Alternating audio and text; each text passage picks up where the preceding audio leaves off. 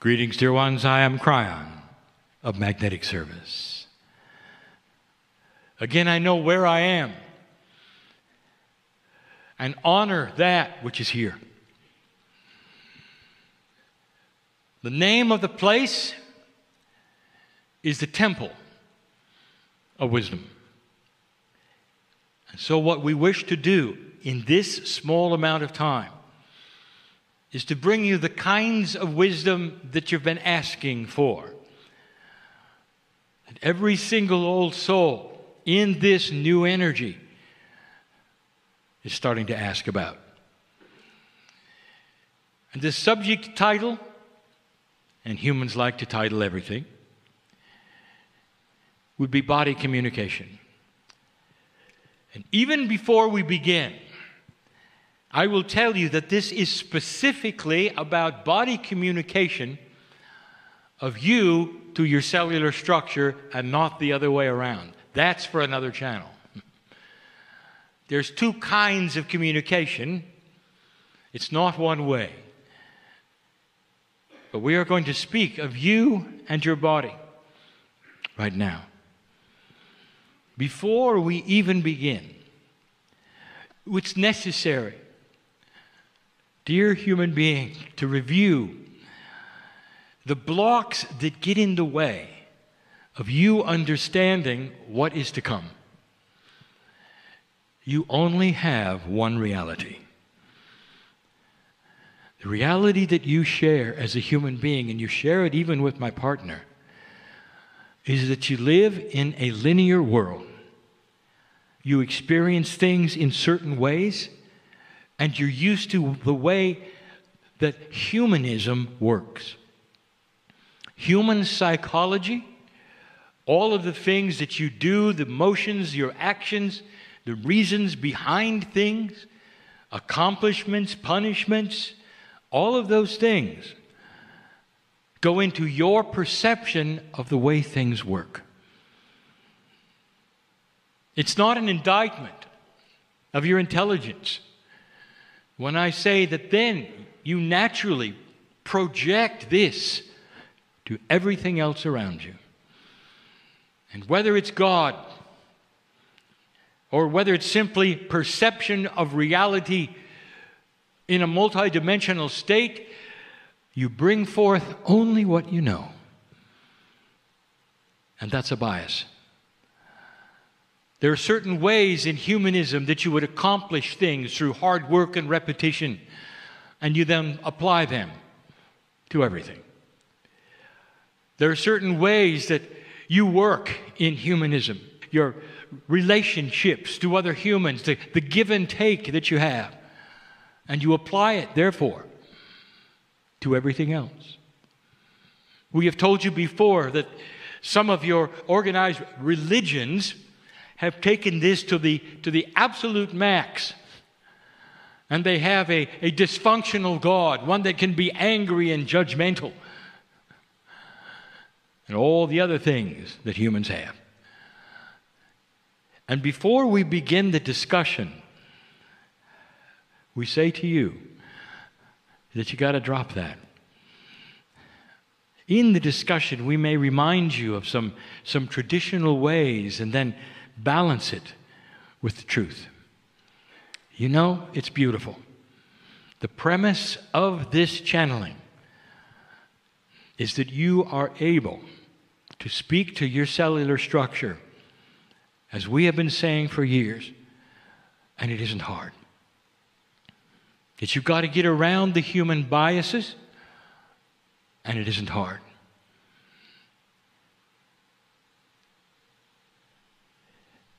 Let's start the discussion, and we have to, with what I will call the preamble, or that which is necessary in order to accomplish what we're going to talk about today. We have to define, as best we can, consciousness, human consciousness. Now, this would not be the definition that you would read in your academia. These are the things that we see. Human consciousness is divided into several parts. We're going to talk about just two. The first one, it is that soup of reaction or behavior which is driven by two parts of the human body. And the first one is the synaptic brain, that is to say, the storehouse of experience. And the second is the multidimensional part that you believe is responsible for creativity, intuition, and God. It is a mixture of those two through free choice of the human being. It's the balance of those two which create a human being that indeed appears to others to be in control of their own life and satisfied with themselves. When this is out of balance, either way, you get dysfunction. When the human being has a consciousness that is only in the synaptic brain, there is no credibility of God in them. There is no ability for them to have truly creative thought. And they are so pleased to go only with what they know. And it serves them well. It is dysfunctional to us because there's the God part that is always there, that is always available, and would give them so much of an increased awareness and light. But in free choice, that is what they do. There's the other one, and you have seen it, dysfunctional New Agers. I will call them floaters. They are so wrapped up in that which is esoteric that they have no clue about life. And the synaptic brain doesn't have a chance. Logic and common sense are thrown out, and the only thing that remains is what we will call make-believe and woo-woo. You have seen them. You know what? That's acceptable for them. But that is human consciousness. A balance between that which is synapse and survival and that which is the part of God that you carry around.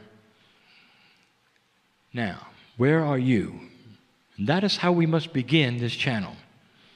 If you are listening today to this, whether you are a human in the chair or you are later a human in the chair, hearing this through transcription, reading it, the chances are you are aware of the divine part of you. Now, the divine part of you is the elusive part. It's the mysterious part. But it's the part that's real as the synaptic brain. And here's what I'm going to say. This is linked so strongly to your ability to talk to your body. If you are an intellectual and you are only trusting that which is synaptical in your brain, you should stop now and go no further, because you will not have any success with what I'm about to tell you. Isn't it interesting that these are linked so strongly? You have to be aware of the divine inside, because that is the pathway that is going to talk right to that which we have called innate. We have given you information years ago that there would come a day on this planet when the health of individuals might very well be measured in a far different way than it is today. That those with a higher consciousness would obviously be living longer, and there would be no medical measurement that would give the reasons why. We told you that consciousness may eventually drive the very attribute of human balance in a cellular way, at a chemical way. And that the other things that you now are centered on, which are, of course, diet, exercise, will take a back seat to consciousness. And if we told you that, what are you then going to bring as the conclusion? And that is that things are changing for the human being. The very attributes that keep you alive are going to start changing for the human being. Greater awareness, by the way, of the three-dimensional attributes of what your body needs is going to bring you greater health. But that alone is not going to help you talk to your cellular structure. So if you've come this far, and if you are on board, as they say, and you can say honestly, I believe that there's a divine part of me, then we can continue. And the rest of this information will be given with the premise that you have that. Those who are spiritually minded have come to that point many times. Those who are spiritually minded know about the cellular structure of their body because it has a spiritual complement and component, a benevolence, and they're ready to go. But what they do next is often interesting. Historically, the human bias kicks in, and even those who would call themselves enlightened and New Age will start what I will call a linear process of repetition and nonsense. Things that they have decided are needed to talk to their cellular structure. Why would you want to talk to your cellular structure? And it should be obvious. What is the paradigm that you grew up with? Historically, here it is. That you, as an enlightened creature, live in your head. That everything that happens to you is in your head. The greatest poetry ever written, the greatest music ever composed, the greatest paintings started in the head. And that the rest of your body is the vehicle that supports your head. And your head, every once in a while, will look down at your body and say, I sure hope this thing works. And that is traditional. And then it's enhanced by everything you see around you with those catching diseases or things that happen. And then the fear starts. The fear will create the hypochondriac who is afraid of everything, who believes they're going to catch everything. And by the way, they usually do.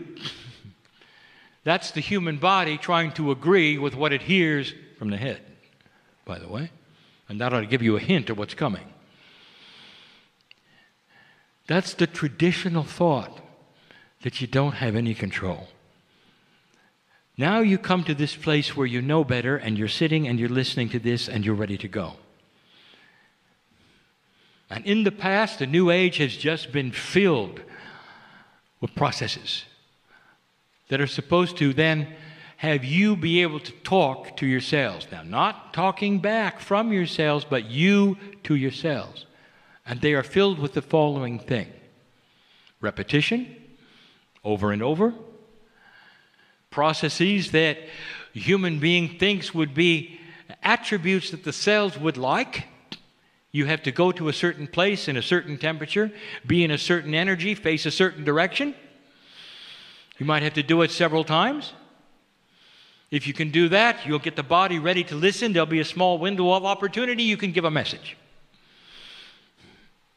That's the human bias. Dear ones, it's time to demystify this. This is not accurate. This is not the way of it. It makes an assumption that the body is stupid. It doesn't know anything about anything. It is completely and totally separated and divorced from your consciousness, from anything you're doing, and it's clueless. I want to tell you the truth.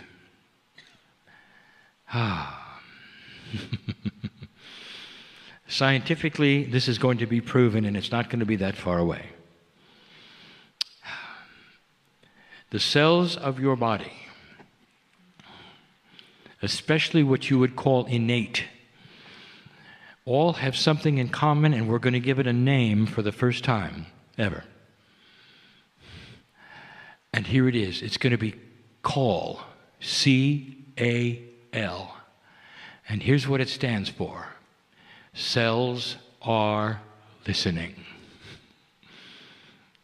Cells are listening. This is how you were built. The divine complement in you is built into every cell of your body. The cells are a collection of what has been created by the DNA. Through the blueprint that is in there, every cell exists with one attribute, and it hangs out so clearly on itself, it's waiting for instructions. And the only instructions that it will hear are the ones given through the divine complement of human consciousness, directly with pure intent to it.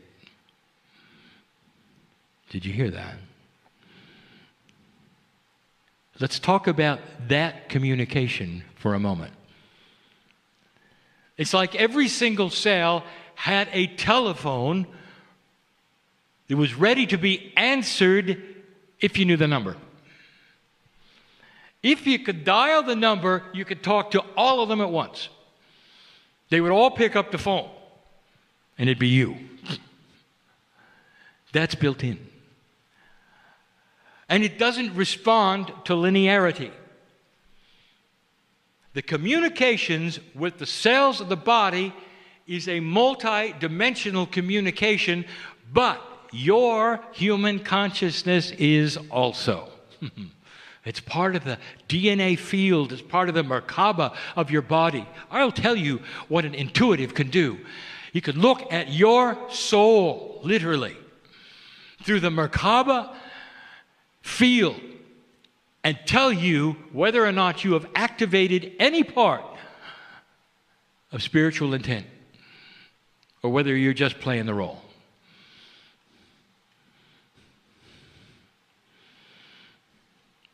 What is pure intent? All right, let's talk about it in your way. I'm going to use it again. When you fall in love with someone, and you look at them in the eyes, two lovers looking at one another, there's nothing like it. Do you feel God in that? Do you remember? Do you feel God in that? You do. You're not even aware of it. Do you realize that this is why being in love is so amazing? Because God's there. Do you realize that this is not synaptic? You do understand that, do you not? In fact, the brain is really frustrated that you're in love. It's saying, you ought to eat better. And you say, yeah, but I'm in love. Well, you ought to have better reasoning. Well, I don't because I'm in love. Why are you putting your shoes in the freezer? Because I'm in love. I forgot. That's what it is. Now, when you look at somebody and you say, I love you, that's pure intent when you're in love. And you do. And you pour out your heart to the other and the other to you. And you're entangled as one. There's nothing like it. Now I want you to turn that around. Inward. There is a divine part of you that is in love with you, waiting for you to say, I love you. And it'll know if you mean it. if you're not in love with a person, but they want to hear it and you say, I love you. It's not the same. And you know it's not the same. It never will be. The magic isn't there. The connection isn't there. The entanglement is not there. It's just words. And so if you practice this about what we're saying today, in that form, it's not pure. And you don't have the right phone number for the cells of your body. But when you fall in love with yourself, honoring the body to such a degree that you realize it's part of God's creation of you. Without it, there would be no enlightenment. Without consciousness, nothing. It has to operate well, and it wants to. It wants to. And here is the opportunity. Years ago, you saw the gurus of India. They could control the things that are supposed to be automatic in the body, and they had control. They could slow their heartbeats down. They could make respiration extremely slow. They could take control of certain kinds of things within their body that nobody thought they could. They were talking to a part of their body that was listening and adjusting. They knew how to do it. And so do you. So knowing this, what is next? Well, we've just given you two premises. Number one, in touch with the divine part of you creates a pathway for you then to call your cells. C-A-L. Cells are listening. They are born with you listening to what you want. They are waiting for human consciousness to give them instructions. We'll do that in a minute. Now, how do you do it? Now that you know they're waiting, how is it possible? What would you say? There are still those who think they understand the process, that are awakened, they're light workers, there may even be New Age, and they got it covered. They got a process for it. And here's what you do. You have to talk out loud to yourselves, and you got to tell them exactly what you want. And here's how many times you got to do it, and you should do it every day. Does that sound right to you? To some it does. And if it does, I want you to recognize what you're doing. You are applying a linear human attribute to a multidimensional, beautiful system that is beyond anything that you can imagine. That is what you are calling your innate. And it doesn't respond to repetition. Let's talk about innate some more. You're ready to talk to a system that hasn't heard from you before. Not really. Not like this. There is a new energy, light worker, on this planet. Old soul, listen to me. Your tool set is being enhanced. That's why you're listening to this. You can do this. I wouldn't be giving you something you cannot do. You get in touch with your cells. I want to tell you that they're going to react. I'll give you that information in just a moment. I want you to look at this as in linearity. Let's look at your best friend. Every one of you. You would have a best friend. Perhaps it's your partner in life. Perhaps it's not. Somebody you can just sit with and talk to. And there are no parameters. There are no rules. You can say anything you want to, and you can pour your heart out to them, and they will listen. And they can do the same with you, and that's a best friend. I want to ask you something. Let us say you have this best friend, and you're going to be with them for 3 days. And you do this. Day one. You get up the next morning, they sit at the table, you're having a meal or something, and you give them all the same information again. How do you think that's going to work? Well, it doesn't work with your cells either. Do you understand what I'm saying? Your cells are you. What would you say to you? Your cells are listening. C-A-L. You're ready for this. They're ready for this. They've been listening since you were born, waiting for the time when you would awaken to this possibility that you could actually speak to them. So let's do it. What would be something you would say? And how would you approach this? First of all, I want to tell you, they understand your language. They're part of you. You will talk to them any way you want to. Out loud, through thought, through writing, it doesn't matter. Because you have their number. And the key is love. You have got to love your cellular structure enough that you can say, I love you. And it knows you do. It can't be simpler, and yet it can't be harder.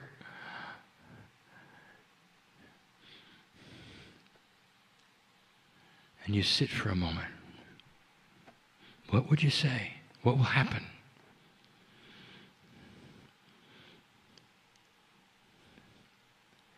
When the body starts to listen to you, there are some processes that it goes through.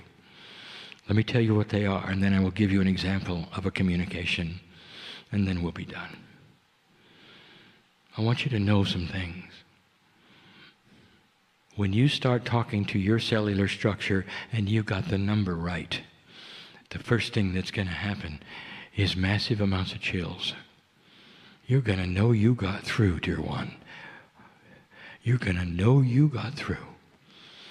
And these are the cells of your body celebrating. Celebrating. The innate, the smart body, whatever you want to call it, is part of you. They're having a party. Did you hear that? We've got communication. It sure took long enough. Let's have a party. And although it's metaphoric, and although it is silly sounding, I'm going to tell you that that is what happens. The body has joy. Did you know that? The innate, when you're talking to it, feels great. Those of you involved with health, do you know what it feels like to be healthy? Your entire body is rejoicing with every step, with every breath. That's the innate celebrating. You start talking to it. All these years it's been listening, hoping you would, because it without direction, it just does what it wants. You know that, don't you? I talked about the law of averages. My partner talked the bell-shaped curve. Without instructions, your body is simply going to follow that which is average. Do its own thing. With instructions, you control it. Couldn't be simpler. First thing it does is celebrate. The next thing it does is start to work. And I want to talk about that starting to work. Depending upon the things that you are communicating to your cellular structure, whether it is for health or for healing or for youthing, no matter what it is, you've got to give it some time.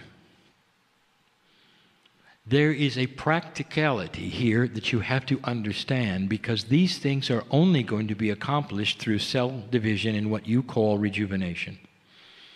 Your body is built to rejuvenate itself. Most of the organs in the body, including the skin, rejuvenate themselves. Over a period of time, you get new ones. This is how you stay alive. When you start talking to your cellular structure, those instructions are going to the data in DNA and are going to be picked up in the next rejuvenation cycle.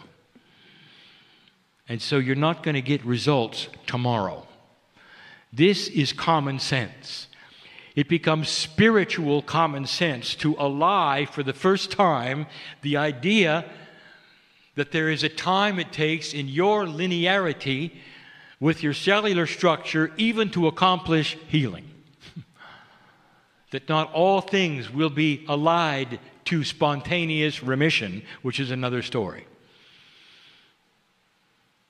Doesn't that make sense? And so you will start to feel it over time. And the things that you are working on and asking for will start to show themselves over time. And it's the third thing that I want to tell you about that you're not ready for. When you start talking to your cells, the innate knows that your consciousness is benevolent. It knows you want to stay. And there are automatic systems that will go into place improving other parts of your body that you never asked to have improved. You're going to start a process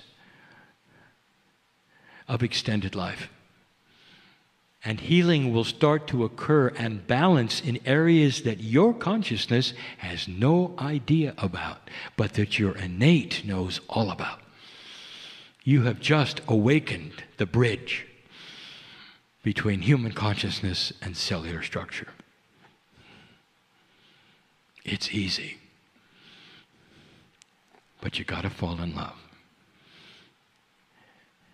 Imagine for a moment you sit alone, and perhaps it's out loud, and you're going to make first contact. Doesn't matter how old you are, how young you are, and you're realizing you really are in love with the divine part of you. Perhaps you can even visualize the face of God, whatever that means to you. That you can see your eternalness in every cell of your body. And you realize there's a cellular structure that is waiting to hear from you. C-A-L. And so you begin, and you realize you've got their number. You can feel it. And even before you open your mouth, the chills start to begin because they picked up the telephone. And now they're really listening. And the first thing you might say, we know each other, and I love you. I'm sorry it took so long for me to figure it out. I want you to go into the processes that you know about that I don't. I want you to come together in a benevolence that would create health and a long-lasting human being.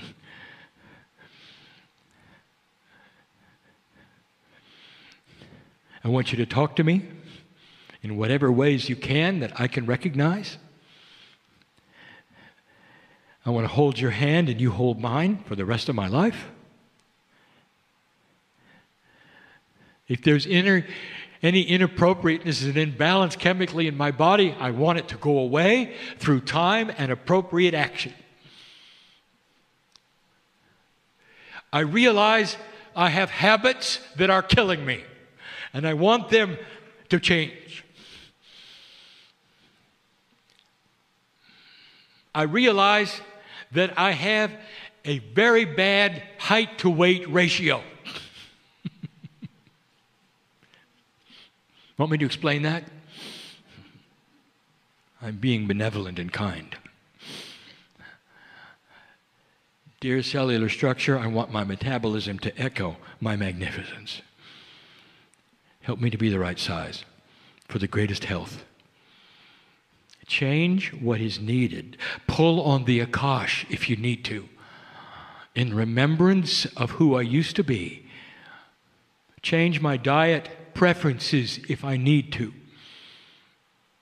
Let the body crave what it needs and not what I want it to need. Bring it to a place of balanced divinity. And I promise I will talk to you every day because I love you. And then don't hang up the phone. And then don't hang up the phone.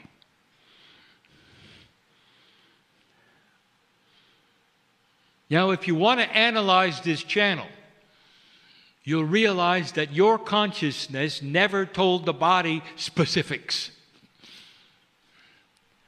Because the innate knows what to do.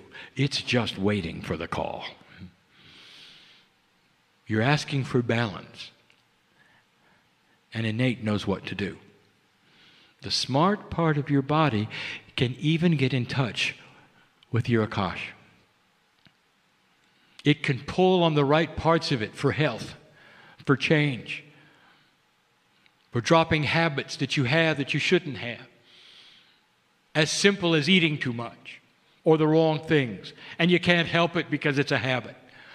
And that can change very, very, very quickly. Within a couple of cycles of cellular rejuvenation, creating actual differences in what you want to eat. So there's no suffering and there's no big hunger because it's pulled in a you from the past who didn't have the habit that you had today. That is the power in front of you. C-A-L. Now, some of you are going to start doing this, and you're going to get results right away. And I want to tell you, if you're one of those, you've got a job to show others how to do it. Because it's not going to happen overnight by someone listening to this channel necessarily. You're going to have to show them what you've done. Lastly, how does it make you feel, old soul? To know you got a friend inside. To the extent that you can put years and years and years on your life. All of this in appropriateness of the plan that you've laid out for Earth, who you're going to be next time, when you're supposed to come and go. It's about staying healthy while you're here. And that is way outside of the bell-shaped curve. And that's what you can do. There'll be another channel at another time on how to recognize what the body says to you. For you don't speak its language necessarily. And you've got to understand through some processes how it might speak back to you so that you can give it better instructions. It's a cycle, you see. The channel today is given in a very sacred place to create new tools for you because it's time.